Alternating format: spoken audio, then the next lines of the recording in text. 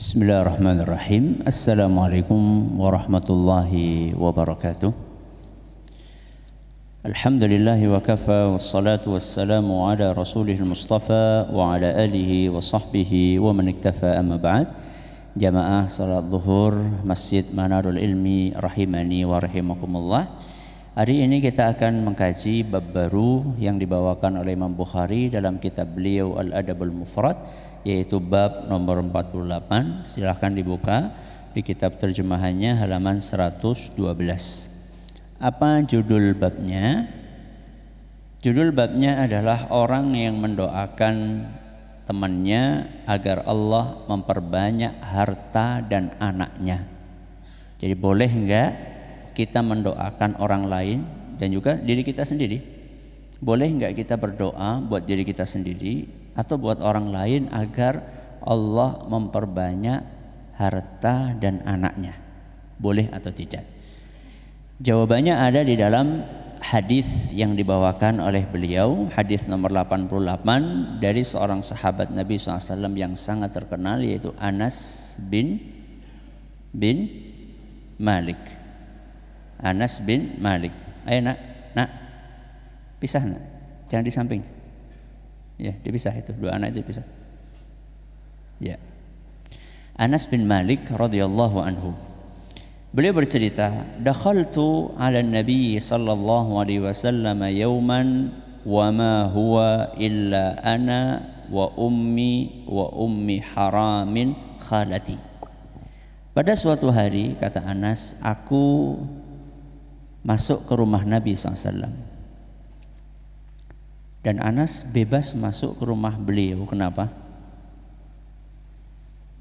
Karena Anas adalah salah satu pembantu Rasulullah SAW yang dititipkan oleh ibunya sendiri untuk melayani Rasulullah SAW. Kata Anas, suatu hari aku masuk ke rumah Nabi SAW.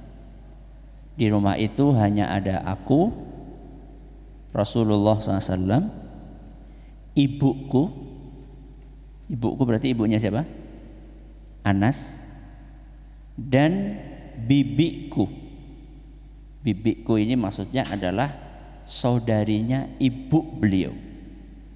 Berarti ada berapa orang? 4. Siapa?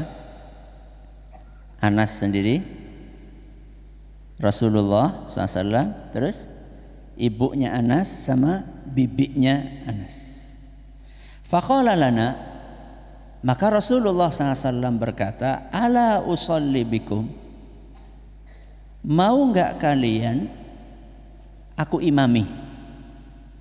Mau enggak kalian aku imami? Beliau sholat, mereka jadi imamnya. Ditawari kayak gitu, mau enggak? Ya iyalah, yang imami siapa? Rasul SAW. Wa dzaka fi ghairi waqti salatin. Dan itu bukan di waktu sholat fardu. Berarti Nabi SAW ingin mengimami mereka sholat apa? Sunnah. Sholat sunnah. Kalau malam berarti tahajud, kalau siang berarti sholat duha. Ya, pagi berarti sholat duha. Gak disebutkan pagi atau malam. Yang jelas itu sholat sunnah.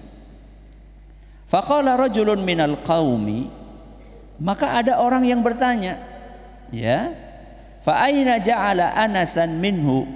Ketika Nabi SAW memimpin sholat jamaah itu, Anas posisinya di mana? Karena Anas sendirian. Kalau yang ibu-ibu ada berapa? Ada 2. Yang ibu-ibu jelas di belakang. Ya, perempuan kan sholatnya di belakang. Lah Anas ditaruh di mana sama Nabi SAW? Faqala ja'alahu an yaminihi. Anas itu sholatnya persis di sebelah kanan Nabi SAW. Berarti kalau ada 2 orang sholat, makmumnya di mana?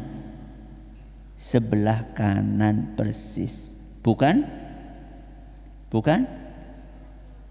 sebelah kiri, bukan juga belakang. Bukan juga sebelah kanan mundur dikit, enggak.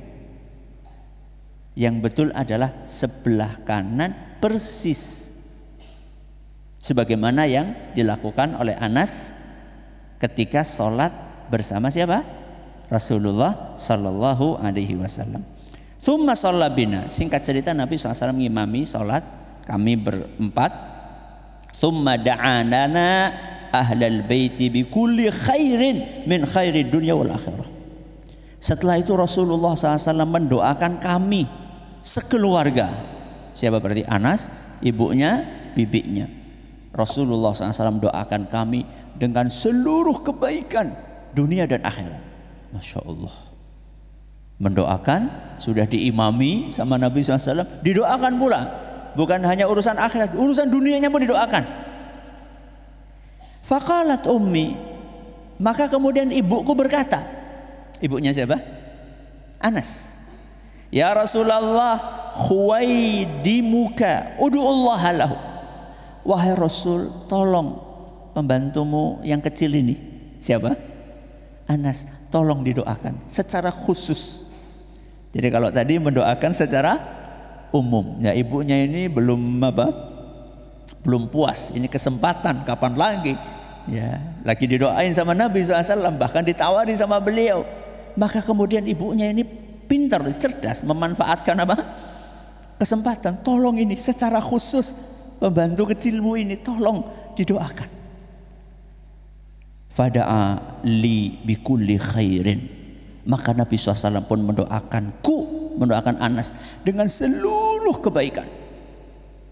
Wa fi akhiri du'aihi, di antara doa terakhir yang diucapkan oleh Nabi SAW untuk Anas, Allahumma akthir malahu wa waladahu wa barik lahu. Ya Allah, banyakkanlah harta Anas. Ya Allah, banyakkanlah keturunan Anas dan berkahilah di dalam anak dan hartanya. Berarti pertanyaan di atas, boleh enggak berdoa untuk diri sendiri atau untuk orang lain supaya anaknya banyak, hartanya banyak? Boleh atau tidak? Kenapa boleh? Karena Rasulullah SAW melakukan itu. Tapi ingat, bukan hanya minta banyak duit, banyak anak. Harus ada apanya? Apa tadi coba? Minta keberkahan. Keberkahan. Jadi bukan hanya sekedar banyak anak. Banyak anak tapi bejut kabeh kepriye. Nah, banyak anak tapi nakal semua. Makanya kita minta kepada Allah, ya Allah, aksir mali wa waladi wa barik li fihi. Ya Allah, banyakkanlah anakku. Ya Allah, banyakkanlah hartaku dan berkahilah aku di dalam keduanya. Doa seperti itu. Mendoakan diri sendiri dan orang lain, tidak apa-apa. Makanya Masya Allah, Anas bin Malik, beliau cerita, aku, kata beliau, kata Anas, adalah orang yang paling banyak anaknya dari semua sahabat yang ada. Dan aku adalah orang yang paling banyak hartanya di antara golongan Ansor. Berkahnya apa? Doa Nabi SAW. Tahu berapa anaknya Anas? Kira-kira berapa? Hah? Belasan. Nah, ada sebuah riwayat mengatakan anaknya Anas itu 90 lebih. Ada riwayat lain mengatakan anaknya Anas 120 lebih. Cespleng kan? Hebat. Anak tuh segitu. Wini siji, ya ora cukup ini siji. Ya masa satu istri melahirkan 90 anak, ya ndak mungkin toh. Ya. Andaikan setiap tahun pun ya tidak mungkin. Masa umurnya pira 90 tahun si lahiran setahun siji ya tidak mungkin ya. Tapi fokusnya bukan di situ, bapak-bapak. Fokusnya adalah jangan takut punya anak banyak. Jangan takut punya anak banyak. Karena anak-anak ini kalau kita doakan keberkahan, nanti akan menjadi amal jariah buat kita semua. Awaladin solihin yad'u lahu. Salah satu pahala yang nggak putus adalah anak soleh yang mendoakan. Coba bayangkan, jenengan punya anak 11, 11-nya semuanya mendoakan. Dahsyat. Anak siji bejut, kemudian jajan. Wis siji bejut, bayangkan. Angelnya kayak apa? Ya usahanya padane 10 bejut siji ya si anak sanga kan. Ya, tapi ya kita doanya ya jangan ada yang bejut, ya, jangan ada yang nakal. Ya kita doanya semuanya soleh. Jadi intinya tidak apa-apa, kita berdoa kepada Allah, punya anak banyak, punya harta banyak, tidak masalah. Tapi kita juga minta apa tadi? Keberkahan. Mudah-mudahan bermanfaat. Kita akhiri dengan doa kafaratul majlis. Subhanakallahumma bihamdika asyhadu an la ilaha illa anta astaghfiruka wa atubu ilaik. Assalamualaikum warahmatullahi wabarakatuh.